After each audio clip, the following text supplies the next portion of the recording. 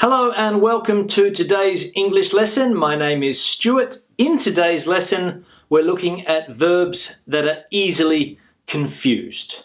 Let's go to the intro.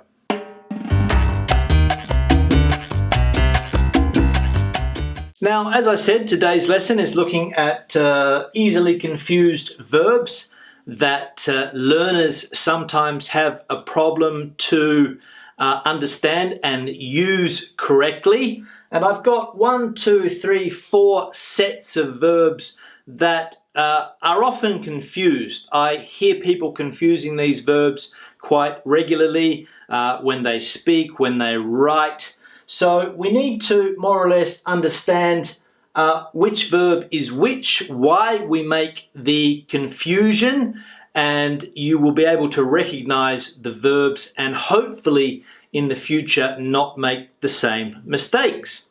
So the first one we're going to look at is find and found. Find and found. Now obviously when we have the verb to find, the past tense is found and the past participle again is found. So find, found, found. And then this verb here, which is to found, and it's a regular verb, so founded, founded. So find, found, found, to found, founded, founded. Now to find, obviously, we know what that means. It's a fairly common verb, to find. And this verb here, to found, means that you, in the sense that we're going to see here, means to start something, like a company, for example, or a foundation. You start it, you found it. So, the examples. I found it hard to get a job when I was younger. I found it hard to get a job when I was younger because it was a difficult job market back in the day when I was younger, all of those years ago. The job market was difficult to break into. So I found it hard to get a job when I was younger. And Bill Gates founded Microsoft back in the 1970s. He established the company. He started the company. He began the company Microsoft way back when in the 1970s. And of course, Bill Gates has gone on to become the richest man in the world, I think, for the last 15 or 20 years because of the company that he founded. Now, the next example is leave and live. Now, the problems come here from the sounds.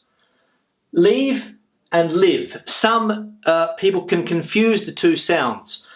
So we need to realize that this one here is a longer sound, leave, and this sound here, the shorter one, live. Leave, live. So leave, left, left, live, lived, lived. Please leave your shoes at the door.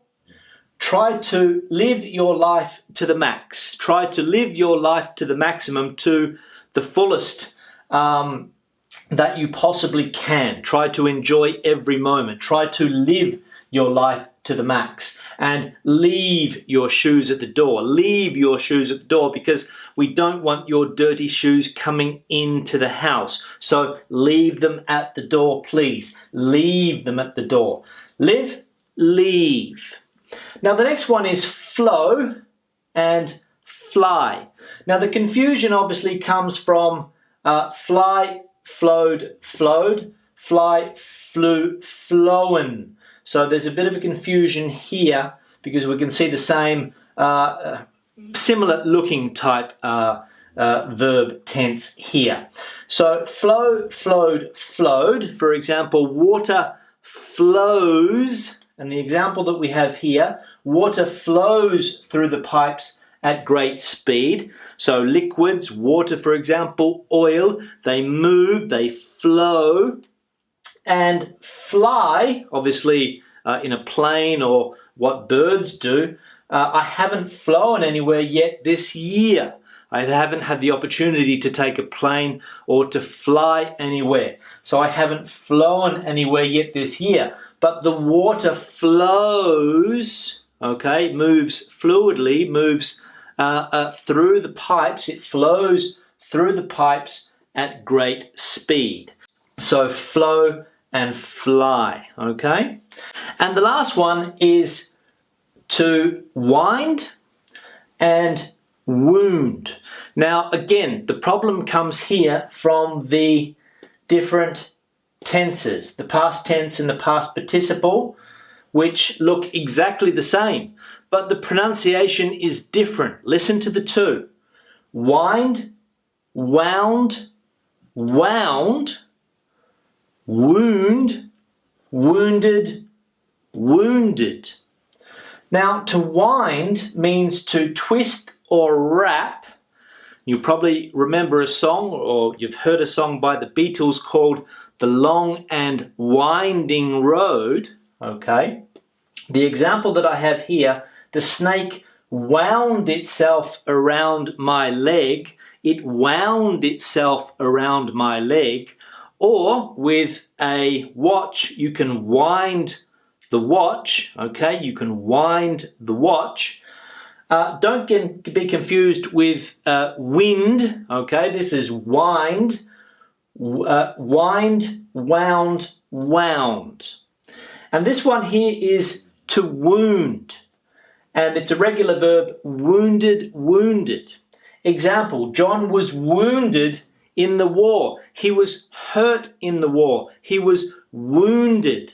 Wound, wound. Again, wound, wound.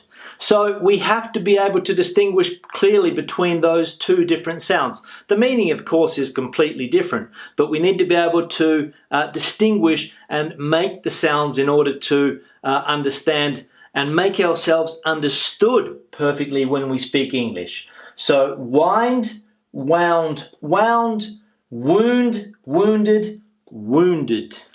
Now, thank you very much for watching the lesson. If you have any questions or comments, please leave them in the section below. Remember to share the video on social media, Facebook, Google+, Twitter, Pinterest. Share it up on social media. I'll see you in the next lesson. Have a good day. Bye.